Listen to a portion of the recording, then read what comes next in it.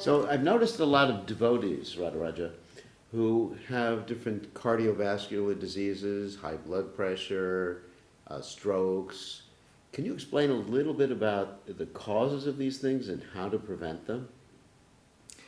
Yes, we already mentioned one of them, which Mhm. is homocysteine.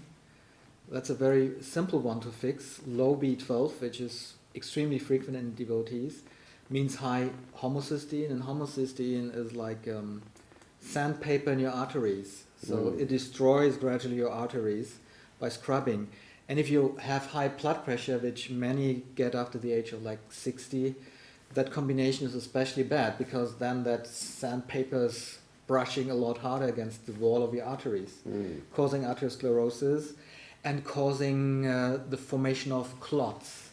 So basically, most of the process of cardiovascular disease is a slow and insidious one. You don't really feel anything bad for a very long time. If you have high blood pressure, you don't feel a long time nothing or you feel well.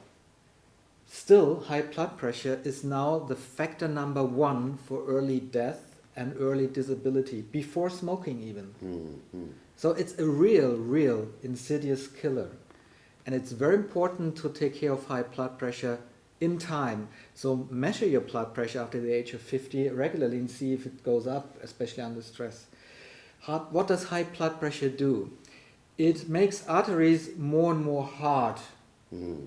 They're not flexible anymore. So under stress, blood pressure really goes high. It causes arteriosclerosis, all that plaques in the arteries, in the walls of the arteries. So if you have high blood pressure, fast pulse, and not enough liquids in your blood, which happens quite often, especially after getting up, you have a very bad combination because then your blood can clot very quickly and very Mm. easily.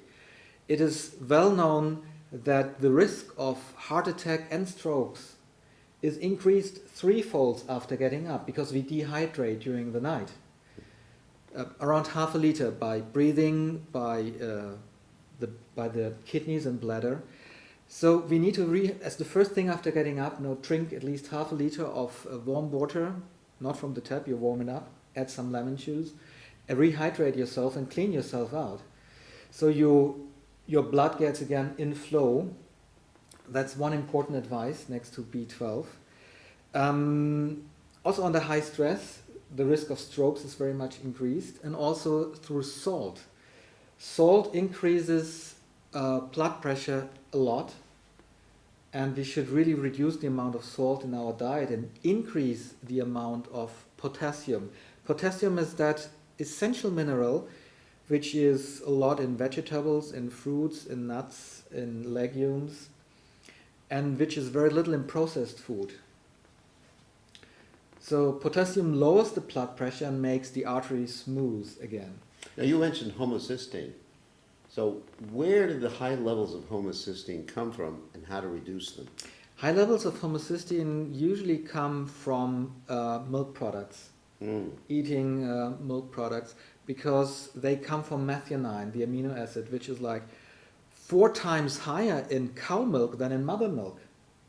Wow. Cow milk is meant for an animal that grows very quickly. If you look at a calf, it grows extremely fast, so it has a very different amino acid structure than human milk. Humans actually need human milk to grow at the right pace. Of course, if you don't have human milk, cow milk is a substitute, but not the best one. And it's especially bad for older, the older you get. So moderate amounts can be okay, but the amounts devotees usually take are far too high. So strokes are another very frequent thing that happens, and the name stroke comes, that it strikes. It's a sudden event. Suddenly you cannot see properly on one eye. You cannot talk properly. You cannot think straight. You cannot coordinate. You cannot walk properly. You can be lame in the limbs. It's all sudden events. It can be also quite subtle. That can be like a mini stroke, a transitory ischemic attack, which also, usually there are many of them, increases the risk of dementia tremendously.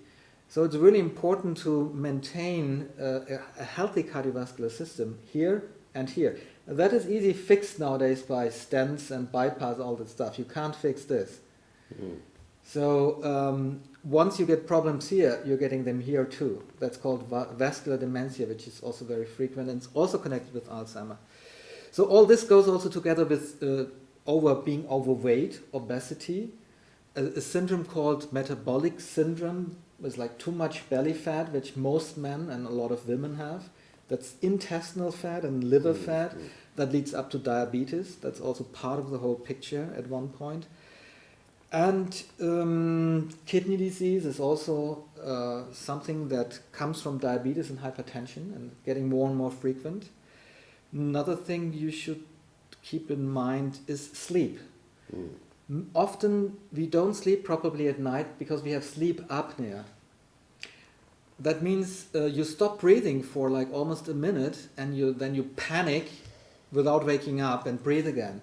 So these states of hypoxemia are very damaging to the brain and to the heart, and they lead to hypertension during the day.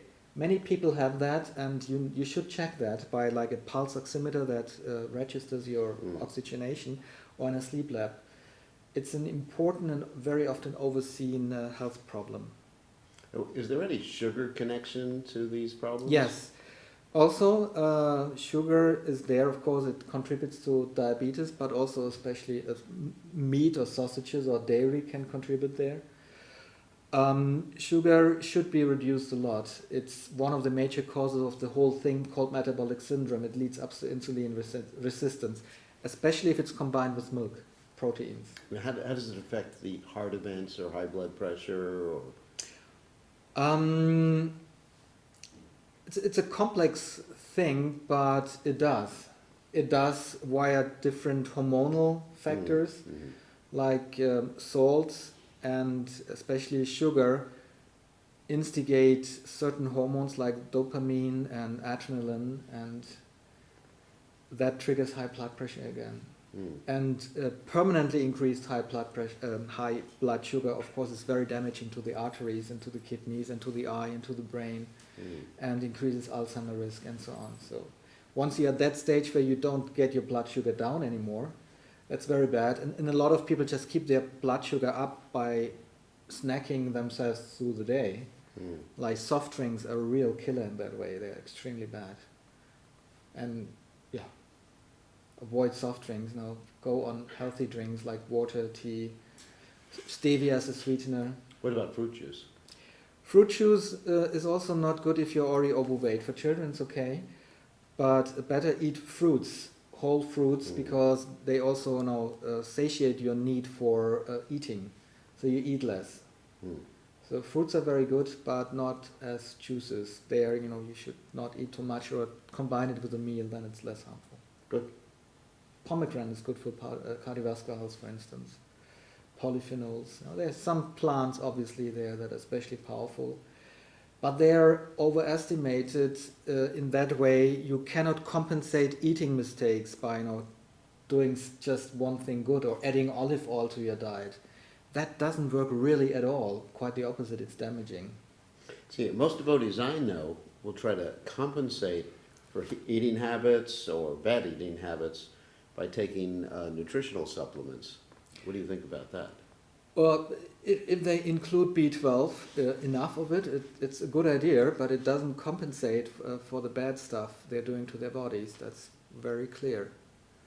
You need to combine both approaches. And there's no quick fix. That's the main message, actually.